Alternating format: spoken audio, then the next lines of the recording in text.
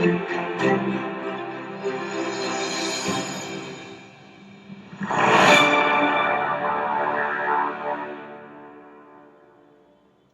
last speaker of the morning is Joseph Shaw, the president of the International Federation Una Voce and former professor of classics at Oxford University. He will present his last book titled The Latin Mass and the Intellectuals.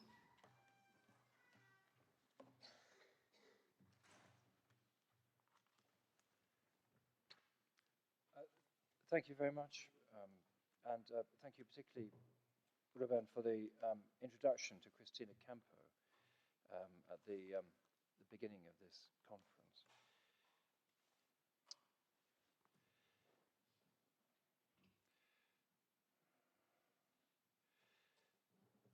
I'm delighted to be able to present this book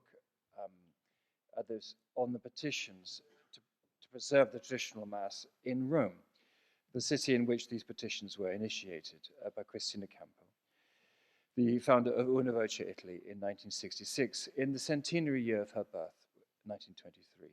And I'm very grateful for the opportunity to say some words about the book to this distinguished audience. My aspiration for this book is that it should place the petitions and the movement which organized them into a more complete context. The phenomenon is often reduced to the name of Agatha Christie, a signatory of the 1971 petition and the English indult, which followed the presentation of this petition to Pope Paul VI. It is true, on the one hand, that Agatha Christie is the most successful fiction writer of all time. Wikipedia tells me that she has sold more than 2 billion copies of her books in 44 languages. And on the other hand, it is also true that the English indult, which allowed the bishops of England and Wales to permit celebrations of the traditional Mass, was an important milestone for the movement to preserve the Church's ancient liturgy. Nevertheless, the petitions are far more interesting and important than this implies, because we can see in the thinking of the signatories what we might call the traditional movement's intellectual hinterland, the varied influences that created it and the resources which we can continue to draw upon in defending it. The extraordinarily distinguished signatories, poets, composers, painters, writers, representatives of the worlds of politics and business, even members of high society, did not sign the petition on a whim. In many cases, it was the culmination of a lifetime of thinking and working in the world of ideas and culture to see the destruction of the Church's liturgical tradition as a terrible act of self-mutilation by the world's primary institution dedicated to spiritual values and the primary guardian, supposedly, of the finest achievements of human culture. This was expressed with vehemence by non-Catholics as well as Catholics, and above all by converts to the Catholic faith, those who had been drawn to the Church above, in many cases, precisely by the truths of faith expressed in her art, music, and liturgy. Thus, the Italian historian Massimo Pallottino remarked, "I endorsed the petition as a scholar of history who has been fighting on the front line for the defense of our artistic and cultural heritage for many years, so that one of the greatest living monuments in the Horatian sense of our civilization, that is, the liturgical traditions of our Church, is not mindlessly and gratuitously destroyed. But I've also signed as a Catholic, not only and not so much because of the doubts raised by some of the theological ambiguities of the new rite of Mass, which they want to impose on everyone, but mainly because I am convinced that the threatened ban on the traditional Mass would be a blatant departure from the principle of universal openness and freedom in the external modes of worship sanctioned by the Second Vatican Council." End of Pallottino. Pallottino's words can be resolved into three, quote, closely entwined considerations that keep returning in the writings of the petitioners. First, the importance of the ancient Mass as art, which should be saved as Venice or the Mona Lisa should be saved. Second, the importance of the Mass on the spiritual level, as something that expresses spiritual realities and feeds the souls of those who attend it. Third, a rebellion against the sheer injustice of the prohibition of the ancient Mass. What I try to do in this volume, together with the many contributors whose work is included, is to fit as many as possible of the signatories into the context of their times and the intellectual and artistic movements of which they were members. Two prominent signatories were motivated by a profound respect for mysticism: Cristina Campo's close friend and collaborator, Elamir Zola, and the English poet Kathleen Raine. These would describe themselves as perennialists, followers of the Hermetic tradition found in Neoplatonism and the writings of St. Albert the Great, and which had a minor flowering in the early 20th century as part of a reaction against industrial and individualist modernity. Another group in England, which we might call the pre-Vatican II liberals, who regretted the anti-modernist purge of Pope Pius X, but did not wish this to be succeeded by an oppressive, anti-intellectual and anti-artistic regime of liberal ecclesiastical mediocrities. Among these were many artists and scholars who signed the petitions led by Bernard Wall, whose Italian connections were crucial for the international organization of the 1971 petition. These ranged from the reactionary novelist Evelyn Waugh, who signed the 1966 petition, to the pacifist E.I. Watkin and the lapsed Catholic convert Graham Greene, who signed the 1971 petition. Overlapping with this intellectual circle were those who, particularly in England and France, were inspired by Viollet-le-Duc and John Ruskin and inherited the project of the restoration of all that was good in the art and culture of the Middle Ages, a project which critiqued not only classical architecture but unbridled capitalism. Among the signatories, there were also those who had embraced artistic modernism, not out of hatred of the past, but as a way to escape insincere bourgeois, mass-produced and sentimental art, to return to the perennial realities and even to spiritual truths. One example is the English poet Auden. Another is the Italian musician Della Piccola, the foremost proponent of the 12-tone technique. One prominent signatory, the convert English poet David Jones, baffles some critics with what one described as, and I quote, the apparent disjunction between the traditionalist content and the anti-traditionalist form of his poetry, unquote. It is interesting to see these figures joining in this project alongside those who believed that the way out of the cultural crisis of the 1960s was a return to traditional cultural forms.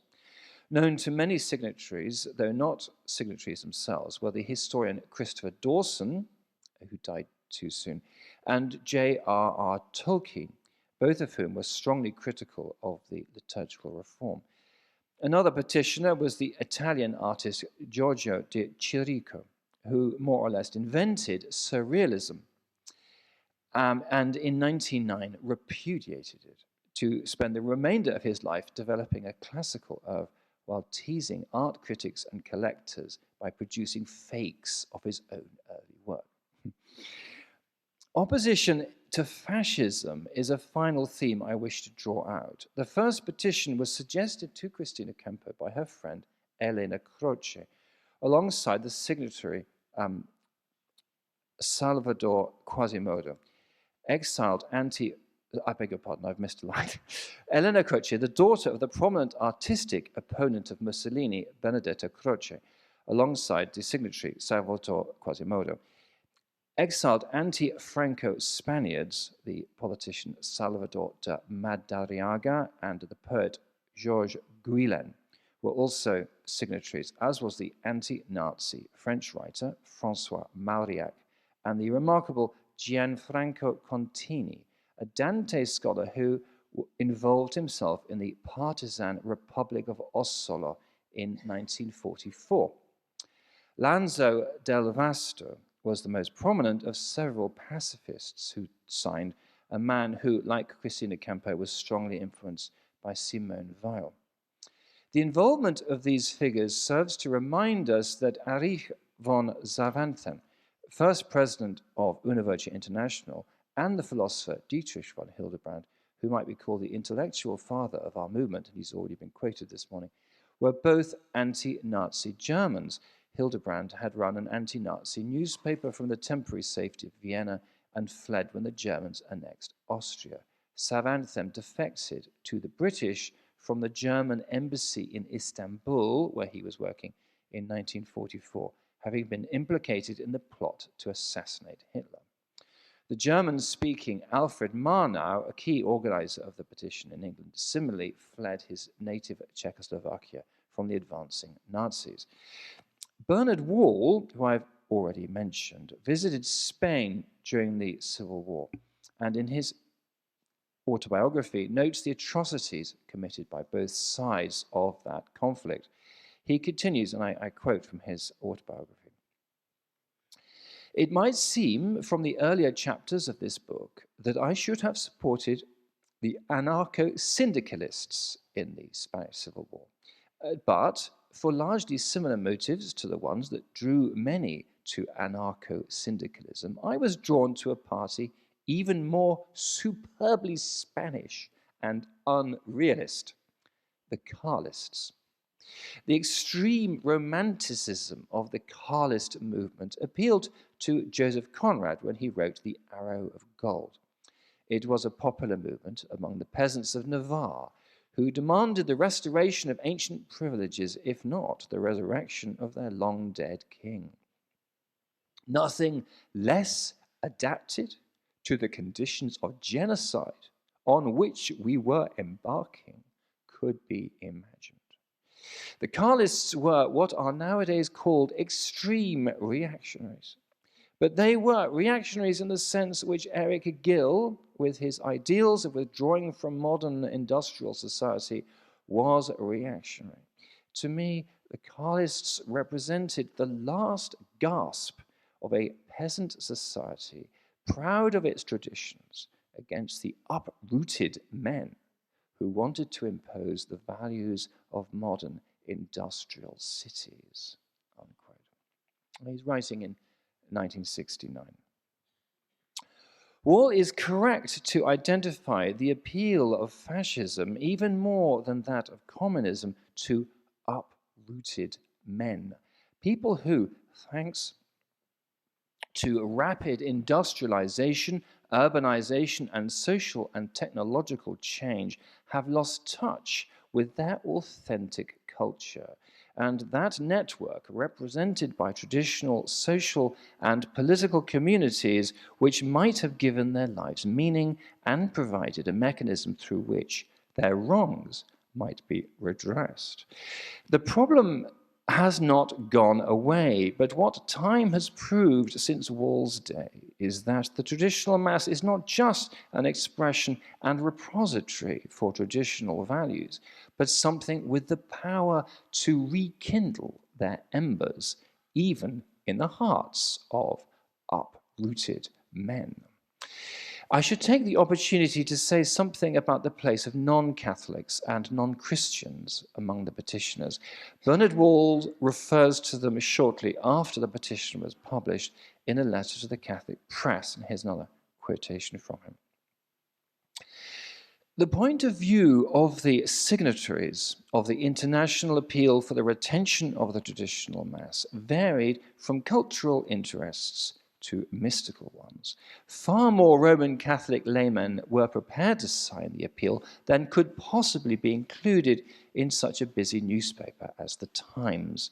Some literary and artistic signatories viewed a prohibition of the old mass rather, say, as one views pollution in cities or the destruction of landscapes.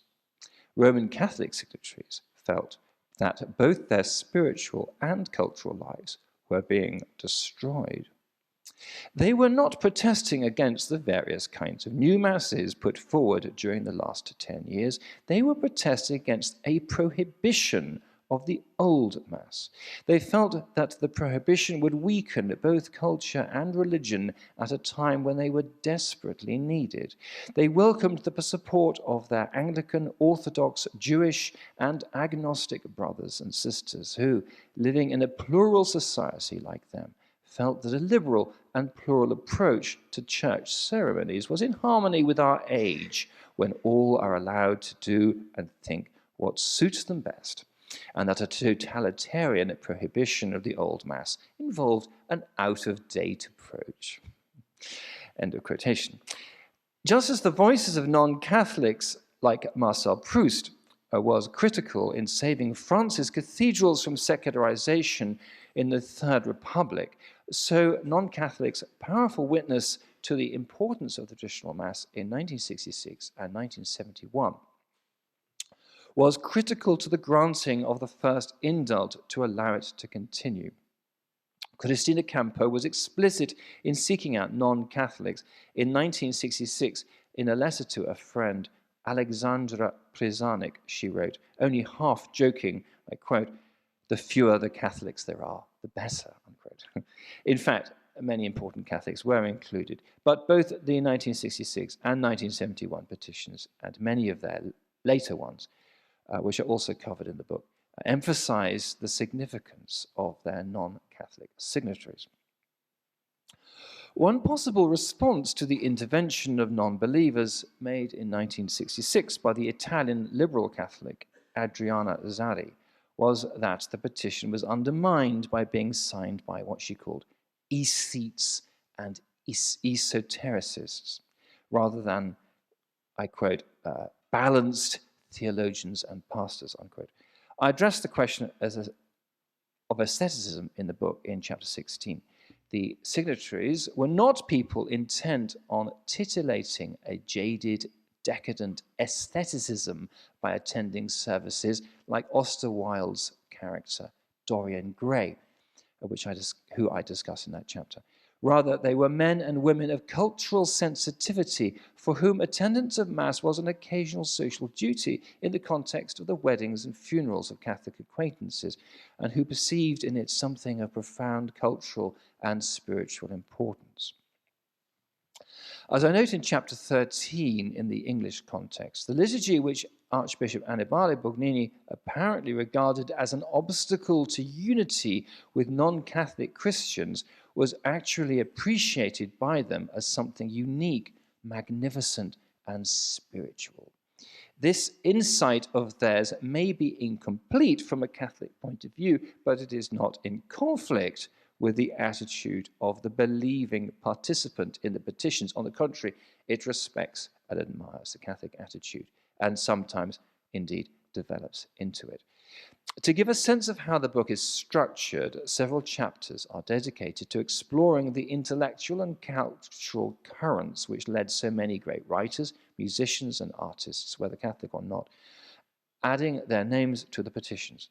There is the role of Catholic converts, and in general, the laity, chapter 15, the program of restoration, already alluded to, chapter 18, the attitude of artistic modernists, including the Catholic poet David Jones, chapters 19 and 22, the view of perennialists, chapter 20, the reaction against fascist culture, chapter 21, and the background of a number of petitioners in distributivism and similar movements of thought, chapter 13.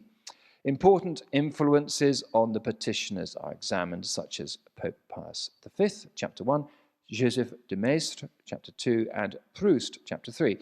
I have discussed or included samples of the writings contemporary to the petitioners of Tito Cassini, chapter 4, Father Brian Houghton, chapter 5, and Christopher Sykes and Evelyn Waugh in chapter 7. In chapters 8 to 12, we enter into the heart of the intellectual circles of the key figures. Of the Italians, Cristina Campo and her friend Elimir Zolla, in chapter 9, of the Englishman, Bernard Wall, chapter 10, and the British-based Czech-Hungarian poet, Alfred Marnow, chapter 13. Marnow has no biography or autobiography, but I have included some material concerning him. We have also been able to explore particular groups of petitioners, such as the Mudicians, chapter 23, and the later French petitioners, chapter 15. Only one of the early petitioners is still alive at the time of writing, the pianist and conductor Vladimir Ashkenazy, who signed the 1971 petition and very graciously accepted the De Cervantes Medal from the Una Voce International Federation on its 50th anniversary. His letter of acceptance is included as an appendix in this volume. The preservation of the ancient Mass continues to concern men and women of culture, as is indicated by the later petitions of the 1990s. Sir James Macmillan, one of the foremost composers of his generation and the signatory of the 2007 petition, is also a patron of the Latin Mass Society. In a similar category is Martin Mosebach, a major literary figure in Germany, who graciously agreed to write a preface to this volume, and Natalia Sanmartin Fenorola, whose 2015 novel, The Awakening of Miss Prim, indirectly concerns itself with the place of the ancient liturgy in the life and culture of the Church. One of the key organizers of the petition, Campo, Zola, Wall, and Marnau, I was privileged to meet only the last named as a youth. He was a family friend. His character is well captured by the two obituaries that form part of chapter 8, and in a certain way he could stand for the whole movement that he facilitated, to understand the issues, to care about them, and to act. The petitioners, and particularly the organizers of the petitions, had to possess Marnau's paradoxical traits: a deep engagement in the world of art and culture, including in its modernist forms, a profound sensitivity to the importance of tradition, an outstanding generosity of spirit, and intransigence. As the Order of Malta obituarist described Marnau, and I quote, "A reactionary Tory and a revolutionary radical rolled into one. He was incapable of half measures and felt and expressed with equal vehemence his love of beauty and his hatred of all that is stupid, inhuman, or bureaucratic." If this volume could achieve one thing, I would like it to imprint the spirit of the early petition organizers in the minds of a wider public, in place of whatever stereotype of the supporter of the traditional Mass might hitherto have dwelt there.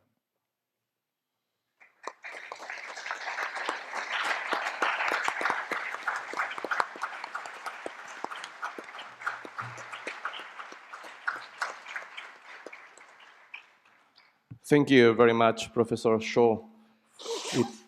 It is a very interesting book, I am sure about that. Questions and comments?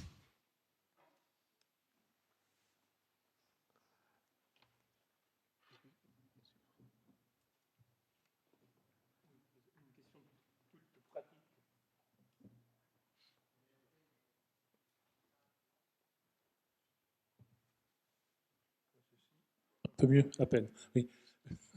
Le texte qui libéralise la messe, le premier en 84, concernait la messe tridentine dans son dernier, dans sa dernière édition typique, celle de 62, tandis que le texte de 71 pour l'Angleterre et le Pays de Galles permettait, si j'ai bonne mémoire, seulement la messe un peu bricolée déjà de 65.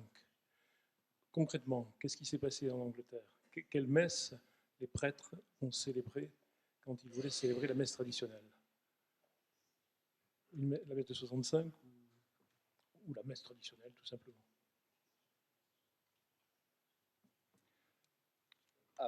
Yes. The United Kingdom is in fact divided into three episcopal conferences. One for Ireland, which of course part of the United Kingdom covers Ireland. One for Scotland, and one for England and Wales. So the petition of 1971 was presented to Pope Paul VI by Cardinal Heenan, and Pope Paul VI responded to that by granting a petition specific to England and Wales. The only information we have about exactly why this happened, why it was specific to England and Wales, is in fact the testimony of Annibale Bugnini, who was asked to draw up the petition, the indult, and wrote about it in his autobiographies. What he says is that it was granted in light of the relationship between Paul VI and Cardinal Heenan. Paul VI had great respect for Cardinal Heenan, and in the context of the particular conditions in England, which relate to the English martyrs and converts. So the Church in England had many converts who were prominent among the signatories. So whatever the reason was, England got the petition and nowhere else got the indult. No one else got the indult until 1984. Now, 1971 was during a 2-year period in which the new and the old missals could be used side by side from the first Sunday of Advent 1969 to the first Sunday of Advent 1971. Excuse me. So in England, the traditional Mass continued to be celebrated without interruption, at least quietly in sort of corners, but even in fact in some cases publicly as well. So the result of the indult was Cardinal Heenan himself arranged a monthly Mass in the cathedral, in the crypt, and 2 annual Masses. So if you, of course it wasn't advertised publicly except by the Latin Mass Society. In order to get to the Mass in the crypt, you had to be at a certain external door, having gone through a gate into what looked like a private area connected with the cathedral's school, the choir school. You have to kind of go round a corner off the street to this rather nondescript door, which is normally locked, and at a certain magical moment it would be unlocked and you could go into this dingy part of the crypt, which you can't get access to from the public areas of the cathedral. And you would, in this sort of dimly lit area where it's not even a proper chapel with a permanent altar, but anyway, the traditional Mass was celebrated there every month. But no doubt, as all over the world, there were priests celebrating on their days off, or retired priests celebrating in private homes. But what is unique about England during those years, 1971 to 1984, is that we did have at least occasional public Masses with the permission of the bishop, and they had to be justified either as special occasions, like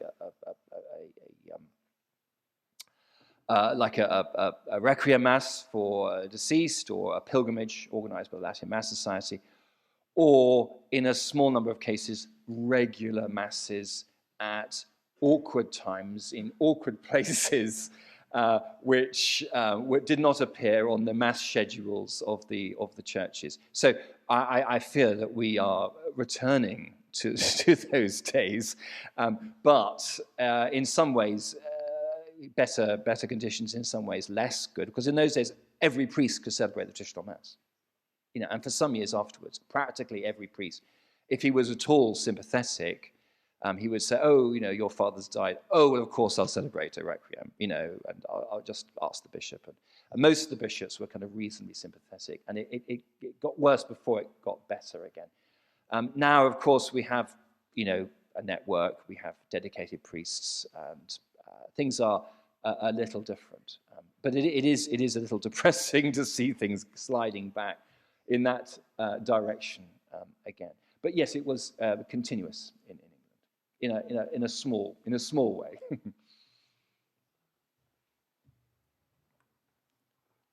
Other questions or comments? Yes, please.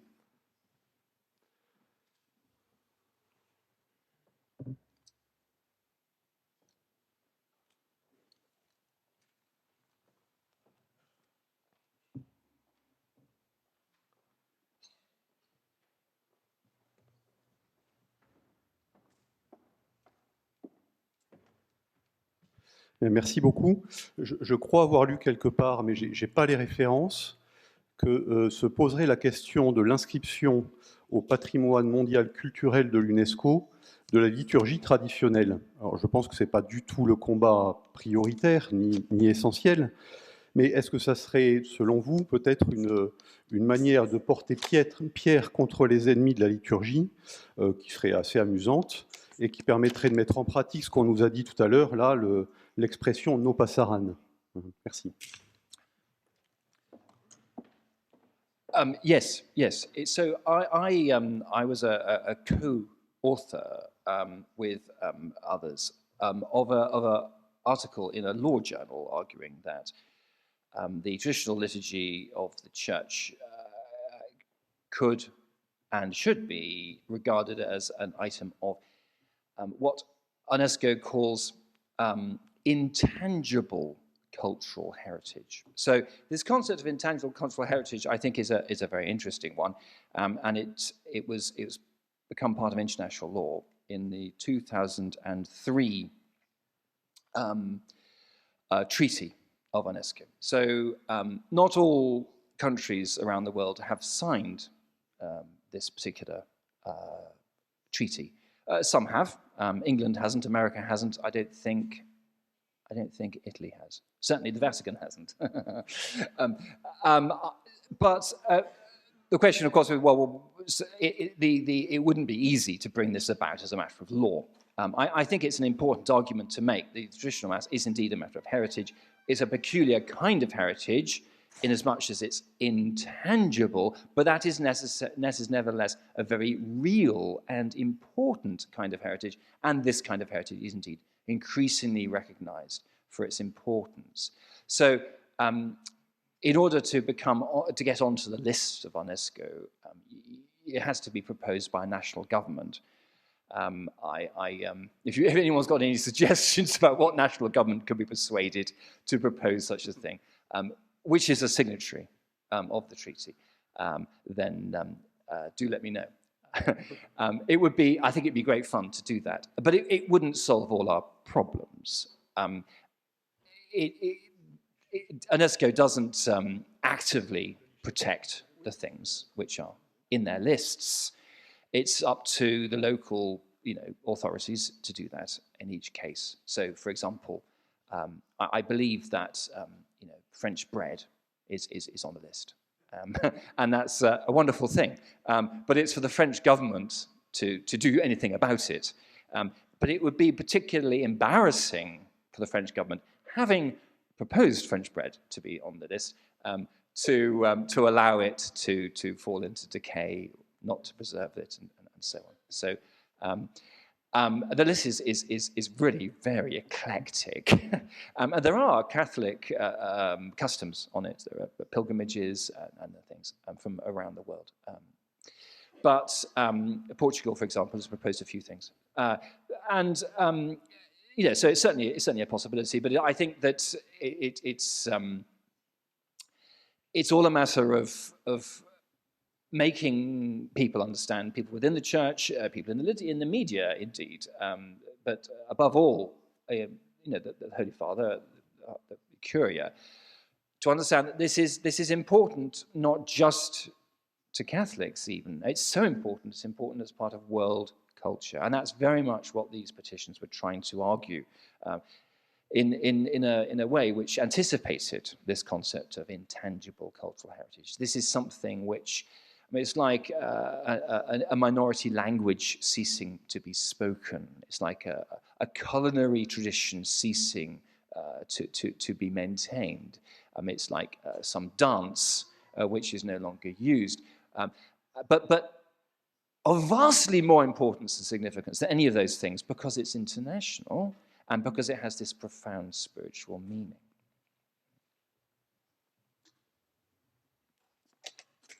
Any other question? Okay, thank you very much, Professor Shaw.